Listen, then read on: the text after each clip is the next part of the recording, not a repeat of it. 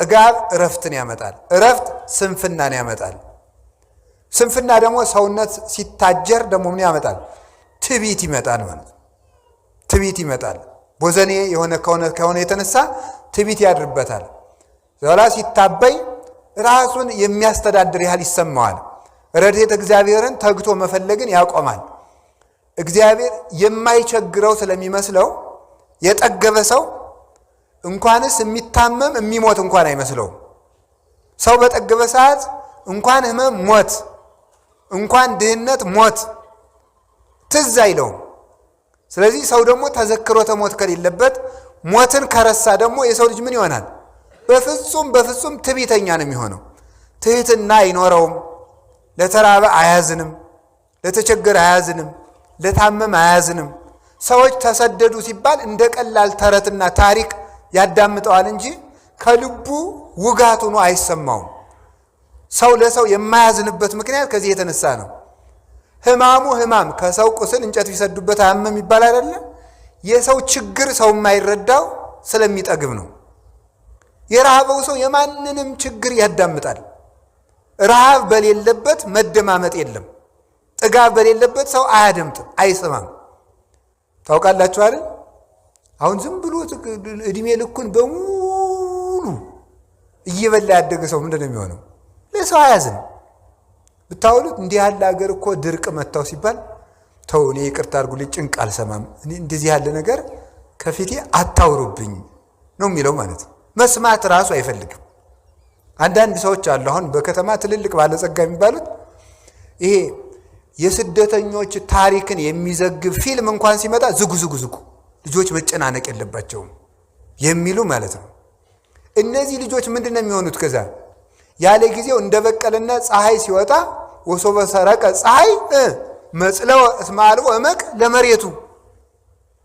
ለመሬቱ ጥልቅ ስለሌለው አፈሩ ጥልቅ ስላልሆነ በሾህ ላይ በጭንጫ ላይ የበቀለ ስለሆነ አለ ፀሐይ በወጣ ጊዜ ደረቀ አለ። እንደዚህ ነው ተመልከቱ። እየጠገበ የኖረ ሰው ችግር በመጣ ጊዜ ወዲያው የሚደርቅ ተክል ነው። ጌታ ይህን ነው የተናገረው። ማቴዎስ 13 ላይ በጭንጫ ላይ የወደቀ ዘር ነበረ፣ ፀሐይም በወጣ ጊዜ ደረቀ፣ ለመሬቱ ጥልቀት የለውምና። ሐዘንን የማይወዱ ሰዎች በትንሽ መከራ ሃይማኖታቸውን ይክዳሉ። በትንሽ መከራ ጠባያቸው ይለካል። ከሰው ጋር መኖር አይቻላቸውም። አትንኩኝ ባዮች ናቸው። ሁልጊዜ ማለት ነው ደካሞች ናቸው። እንዲህ ያለ ድኩም የሚያደርገው ምንድን ነው? ሁልጊዜ መጥገብ ነው።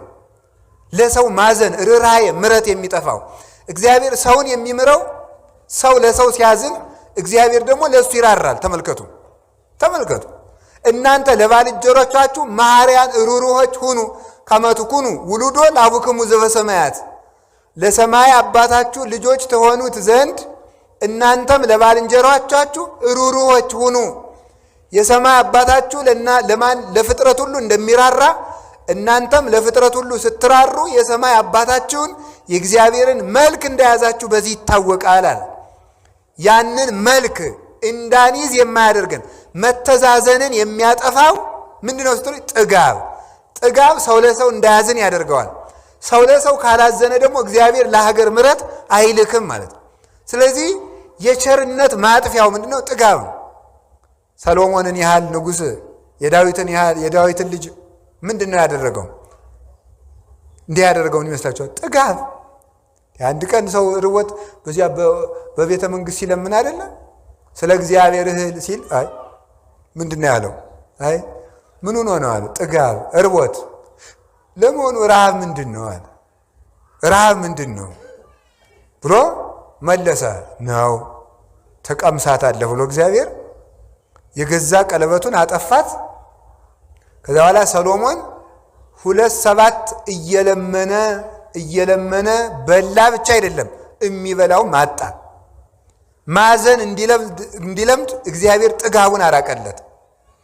ከዛ በኋላ ተምልኩ እየለመነ ሲበላ እንኳን ተጸይፈውት ከዕለታት አንድ ቀን ሊበሏት የተጸየፏትን የሞተች ዓሣ ነው ወርውረው የጣሉለት።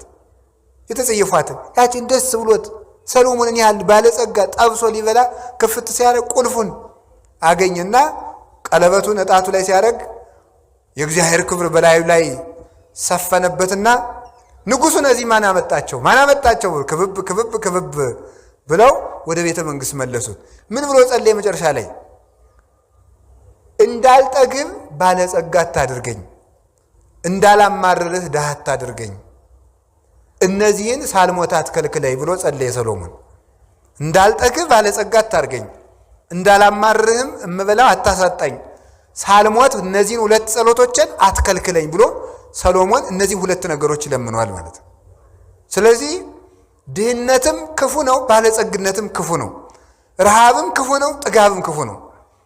ሰው ረሃብን አትንሳይ ብሎ መጸለይ፣ ረሃብ አትስጠኝ ብሎ መጸለይ፣ የዕለት እንጀራዬን አትንሳይ ብሎ እንደሚጸልይ ከጥጋብ ጠብቀኝ ተብሎ ተጸልየዋል።